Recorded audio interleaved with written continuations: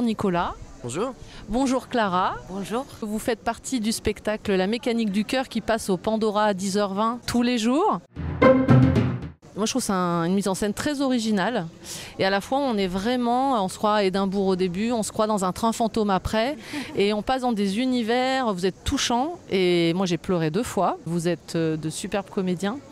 Donc j'aimerais vous parler peut-être de votre travail avec la metteur en scène et puis voilà de ce que vous avez envie de faire avec ce spectacle ou les projets qu'il y a avec ce spectacle.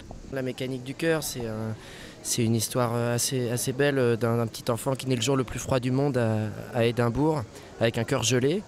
Et on lui remplace son cœur par une horloge pour qu'il puisse survivre, sauf que c'est un cœur qui craque tout le temps et dès qu'il a des émotions fortes, il peut mourir d'un instant à l'autre.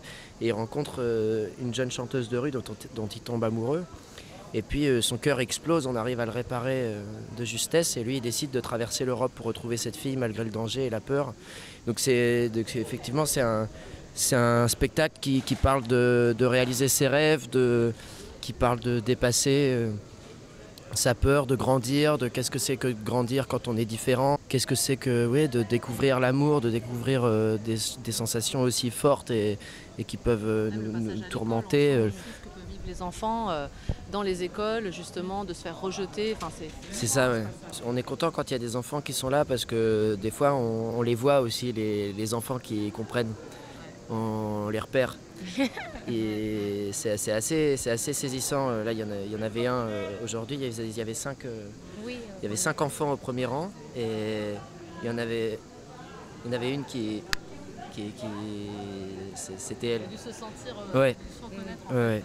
Et ça c'est assez chouette à sentir aussi, parce que c'est aussi un spectacle où comme on raconte beaucoup, en fait, vu que c'est une adaptation d'un livre, il y a beaucoup de passages qui sont en narration, même si on est toujours à l'intérieur de l'action, à l'intérieur de la situation, il y a des passages narratifs, et les passages narratifs sont souvent portés vers le public, et on peut avoir cette espèce de connivence avec eux, de pouvoir vraiment les regarder dans les yeux, d'être avec eux. Ça c'est assez agréable aussi.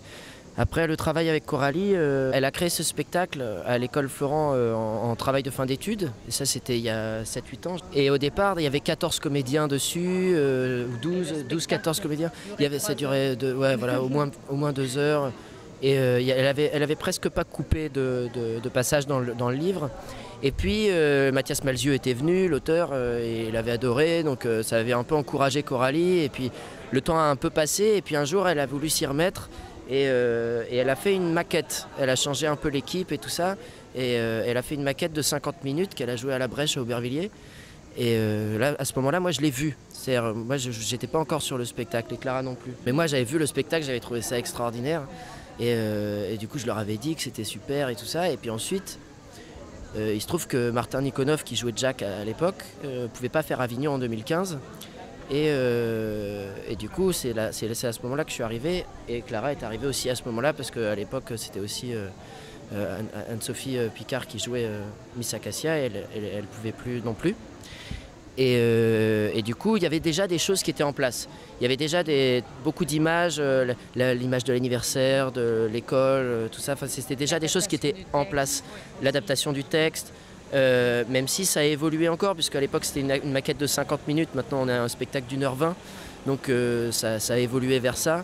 Il y a eu beaucoup d'images qui ont été rajoutées encore par rapport au rythme de la pièce. Voilà, ça a bougé au fur et à mesure du temps et des représentations.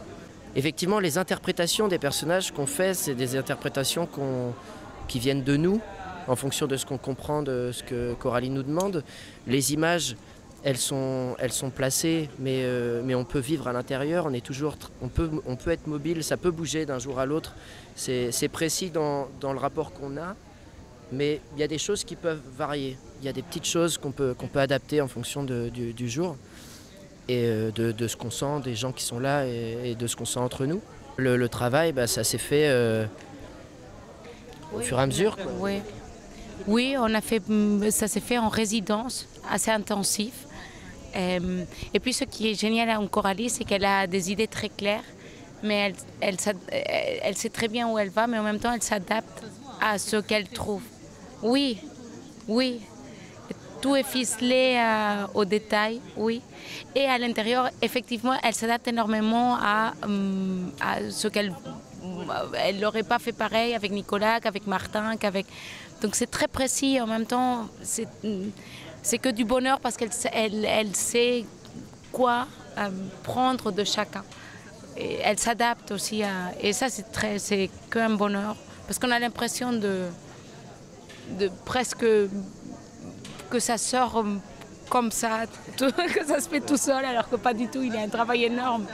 Et pourtant il y a plein de gens qui ont joué Jack dans ce spectacle. Il y a eu aussi Dorel et puis là il y a Pierre-Antoine qui va reprendre à partir du 17.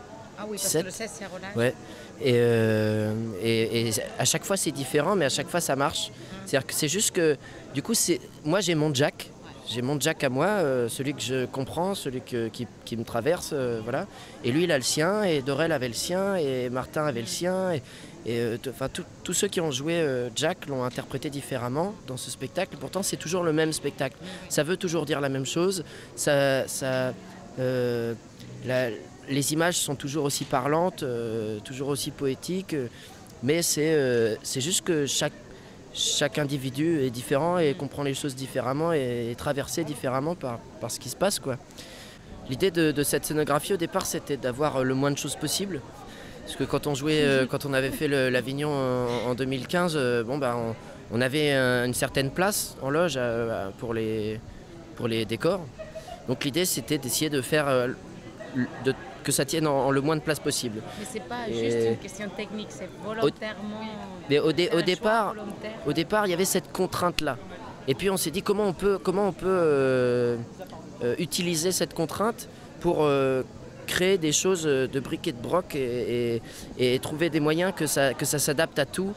Et donc en fait, c'est Maxime, celui qui joue Méliès, qui est aussi le mari de Coralie et qui a construit les décors. Principalement la roulotte, là, ce nous on appelle la roulotte, qui est l'espèce de maisonnette, chaque face représente autre chose, et puis même en fonction d'un petit détail qui change sur une des faces, ça représente encore autre chose et ça nous permet de construire les tableaux. Et puis on a 2 escabeaux et des tissus, un tapis. Et à chaque fois, ça un lit d'enfant, ouais, un lit d'enfant qui est très joli. Et en fait, tout ça, il suffit de tourner le lit pour que ça change, pour que ce soit autre chose. Il suffit voilà, d'un seul coup, l'escabeau il se penche, ça fait une fenêtre. Et c'est que et ça c'est tout l'esprit de Coralie justement. C'est comment déformer les choses pour que hop, ça crée une nouvelle image et qu'on passe tout de suite ailleurs. Et ça c'est agréable aussi. Et du coup, par exemple, quand vous disiez que c'était éprouvant. En fait, on n'a pas le temps de savoir que c'est éprouvant parce que l'image, elle change tellement vite.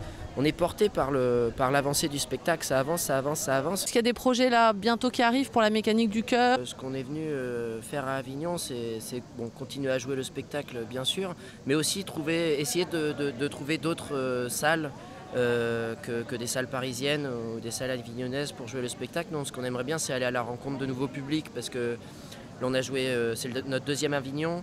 On a joué 2 années de suite à Paris et maintenant on a envie d'aller découvrir. C'est tourné en province alors. Il y a du public qui disait que c'était génialissime, qu'il fallait aller à l'international. Donc c'est super encourageant, c'est super encourageant. Pourquoi pas, c'est vrai qu'il y a beaucoup de pays dans lesquels il y a une communauté francophone, il y a aussi des possibilités de surtitrage. Et donc son regard sur ce spectacle, j'imagine qu'il doit être super fier. Nous, il est de notre région, hein. Donc on aimerait bien que vous veniez à Valence. Et en tout cas, je vous souhaite beaucoup de succès sur la mécanique du cœur. 10h20 au Pandora tous les jours jusqu'à la fin du Festival d'Avignon. Merci à tous les deux. Merci à vous. Merci.